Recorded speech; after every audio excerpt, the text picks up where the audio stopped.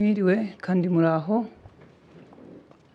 by'umwihariko imiryango y'abanyamakuru bazize Jenoside yakorewe Abatutsi twibuka uyu munsi, navuga ngo ni mukomere kandi muhitemo ubuzima nk'uko umuhanzi abitubwiye, muhobere ubuzima. Kubaho kwanyu nicyo kiguzi gikomeye cy'intsinzi y'abanyu bajyanye iyi ntimba Bonhomme yavugaga ndetse n'abandi twese tuzi. Turabashimira ko mukomeje kubaho kandi mukomeje kusa ikivi cy'imiryango yanyu. Uyu munsi urwego rw'itangazamakuru rw'igenzura Rwanda Media Commission kimwe n'abandi banyamakuru, iyo turimo twibuka abanyamakuru bazize Jenoside, tukibuka ndetse ntitwibagirwa iyo twibuka abayizize, nta nubwo twibagirwa abagize uruhare rugaragara rwumvikana kugira ngo ikoranwe ubukana nk'ubwo yakoranywe. Kuko uyu munsi dufite amazina azwi yari arimo abahanga bize, nk'uko twatangiye tubivuga mu kiganiro cyari cyahuje ibitangazamakuru bitandukanye byo mu Rwanda. Ntabura no gushimira abayobozi b'ibinyamakuru ko dufite umutima uyu munsi wo kumvikanisha ko twaha abaturage, abanyarwanda n'abadukurikira inkuru nziza, ari nako uyu munsi icyo kiganiro cyatumaga bongera no kwibuka amateka, uruhare rw'itangazamakuru mu gihe Jenoside yakorerwaga Abatutsi yabaga no mu ntangiriro zayo nk'uko senateri yabivuze. Nyakubahwa Minisita rero ukaba n'umushyitsi mukuru, banyakubahwa muteraniye aha, abanyamakuru twambaye ishusho ikomeye uyu munsi. Nta ushidikanya ko icyo abanyamakuru bavuze rimwe na rimwe cyatambutse kuri televiziyo, radiyo n'ahandi, abantu iyo bajya impaka avuga ati ni ukuri nanacyumvanye abanyamakuru. Iryo ni ijambo rero rikomeye, jyewe ubwanjye sinatinya kuvuga ko ntewe ipfunwe no kumva uwo abaturage bizeraga ko ari umunyakuri, ari buvuga ibyabaye kandi bikwiye, ari we wahamagariye abantu kwica abandi. Uyu munsi ngira ngo mugenzi wacu Peacemaker aduhaye uruhande ruto, ariko aba banyamakuru twibuka uyu munsi bagize ibyago biruta iby'abandi. Ndabivugira iki ko mvuga ngo bagize ibyago biruta iby'abandi? Mu by'ukuri nge Scovia, nciye mu isoko, nciye mu mujyi, nciye mu giturage cyangwa habaye ubukwe, benshi bazi ko ndi Scovia. Rimwe na rimwe hari n'abashaka kumenya ngo ndi mwene nde bagateranya ibyo byose. Mu banyamakuru uyu munsi twibuka rero bagize ibyago biruta iby'abandi, kuko aho yacaga hose uwo batazi isura, kwihisha byabaga bigoye. Abahungiye aho bihishe cyangwa ahandi baravugaga bati runaka ntaraza tujye kumushaka. Ibyo ni ibyago rero aba twibuka uyu munsi abanyamakuru bagenzi bacu, navuga ngo byiyongeye ku by'abandi Batutsi bose bahigwaga. Uwazaga yihishe ashoboraga kwihisha mu bandi ati jyewe ndi mwene runaka. Ku munyamakuru ntibyakundaga. Abaturage uyu munsi hirya no hino batareba televiziyo, iyo mvuze baravuga bati ni Scovia. Ijwi naryo ntiryatumaga yihisha. Hari byinshi rero bagize ibyago bikomeye, kuko wabahigaga yabaga azi uko basa, azi uko bavuga, azi aho batuye. Mu by'ukuri uyu munsi dufite aho dutuye ukumva baravuga ngo umuntu yatega moto atungeze ku munyamakuru Scovia. Nditangaho urugero jyewe cyangwa n'abandi.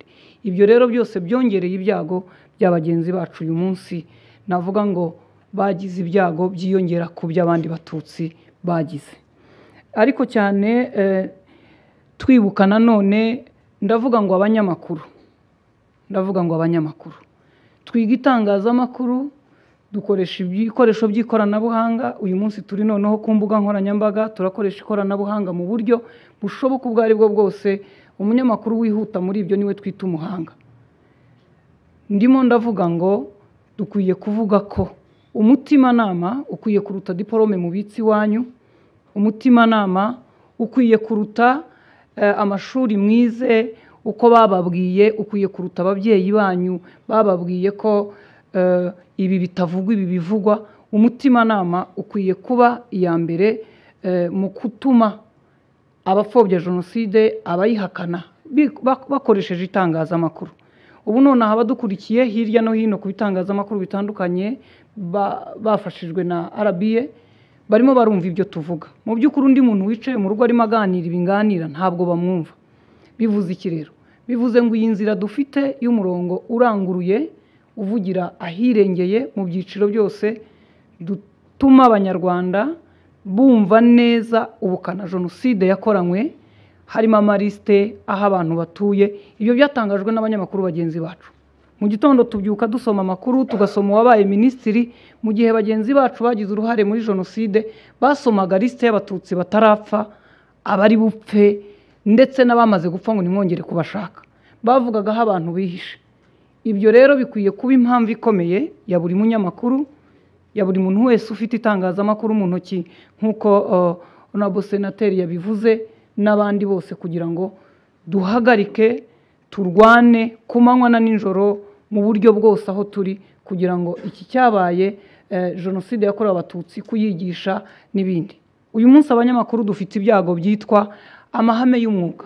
Buza amahame y'umwuga avuga ngo ntitubogama, ariko ibinyamakuru mpuzamahanga bikomeye uyu munsi dufatiraho urugero rwo gukora itangazamakuru ntabwo bibogamye, birarambaraye. Kubogama ni igihe ngira ngo abadukurikiye waba uhengamyemo akantu gato umuntu akabona ko utaringaniye n'iyi mikoro.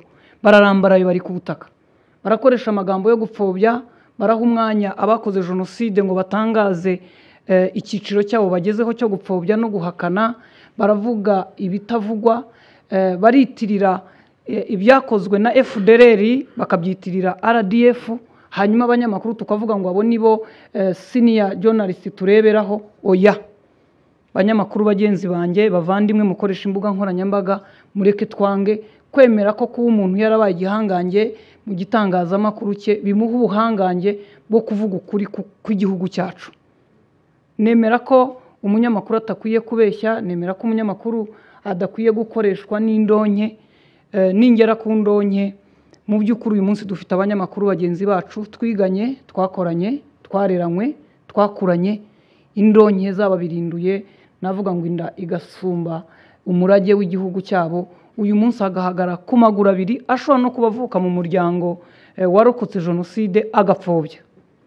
Ibyo bishatse kuvuga iki? Bishatse kuvuga indonke, ariko babandi nahoze mvuga baduhanze amaso kuko batuzi, baramukoresha nk'ijwi rirangurura, ariko rirangurura ikibi.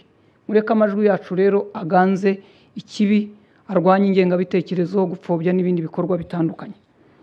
Ntabwo rero naza gusoza iri jambo ntabwiye abafite imiryango yabo, bari abanyamakuru ndetse n'abakozi b'itangazamakuru muri icyo gihe bishwe mu gihe cya jenoside yakorewe abatutsi. Nkuko mbibona turahurira kuri RBA, kera twagiraga aho twahuriraga ku kigo cyitwaga Media High Council, hari urukuta ruriho amazina y'imiryango yacu cyangwa yanyu, tugashyiraho indabo mu gihe uyu munsi wenda tujya ku nzibutso rusange.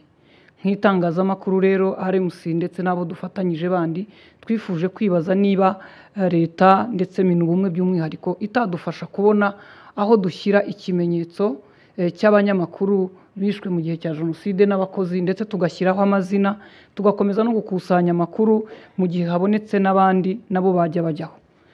Mu biganiro rero twagiranye na minubumwe ndetse n'ubuyobozi bw'igihugu cyacu bwatwemereye ko umwaka utaha igihe nk'iki, icyo kimenyetso ndetse naho urwo rukuta ruriho amazina y'abacu ruzaba ruhari.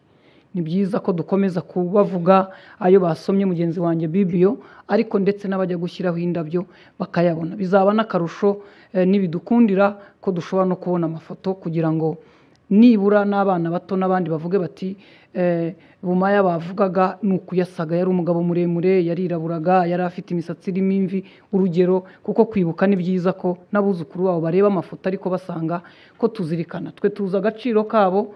Ndetse ngewe ndavuga ngo icyo gihe icyo kimenyetso gihari, twanateye intambwe turasaba ngo mu biganiro biba nk'ibi n'abanyamakuru bari mu byiciro bidahigwa ariko bahagaze ku kuri kwabo, bakaba abanyamakuru b'umwuga uyu munsi twafatiraho icyitegererezo, bakamubwira bati soma liste uvuga inyenzi zateye abo zishe n'iki, akavuga ati ibyo muvuga ntibyabaye, ntabwo ndi bubivuge, genda umunyamakuru. Kandi umunyamakuru ntakora inkuru, atangaza inkuru. Nubwo wenda rimwe tuvuga ngo yakoze inkuru, turatara tugatunganya tugatangaza. Gukora rero ni igihe waremye ikintu, ntabwo rero bo barema. Abo rero nabo barahari, turabashimira uyu munsi. Ni icyitegererezo banyamakuru bagenzi banjye, mugane mu bigo bitandukanye ndetse na Minubumwe gushakamo inyandiko zivuga ukuri kw'icyabaye, tubifateho nk'urugero rwiza rwo gutuma tuba abanyamakuru beza b'uyu munsi. Mu by'ukuri Scovia uyu munsi niba ndi umunyamakuru, dufite abandi bana bari mu ishuri bazaza kuba abanyamakuru mu myaka itaha, dushobora kuzaba tutakiri hano ngo tuvuge ibi. Bagomba gukomeza kuza, ari nayo mpamvu twavuze ngo urwo rukuta runini rukwiye kuboneka ahantu kandi h'igihe kinini cyangwa igihe kizaramba kurusha ko byaza hano RBA yakwimuka bikimuka n'ahandi. Reka nsoze mbashimira kandi nihanganisha by'umwihariko imiryango ifite abanyamakuru twibuka uyu munsi n'abanyarwanda muri rusange ndetse n'abadukurikiye hirya no hino, mvuga ngo muharanire kubaho nibwo butwari kandi ubumwe bwacu nizo mbaraga z'iki gihugu. Ndabashimiye, mugira amahoro.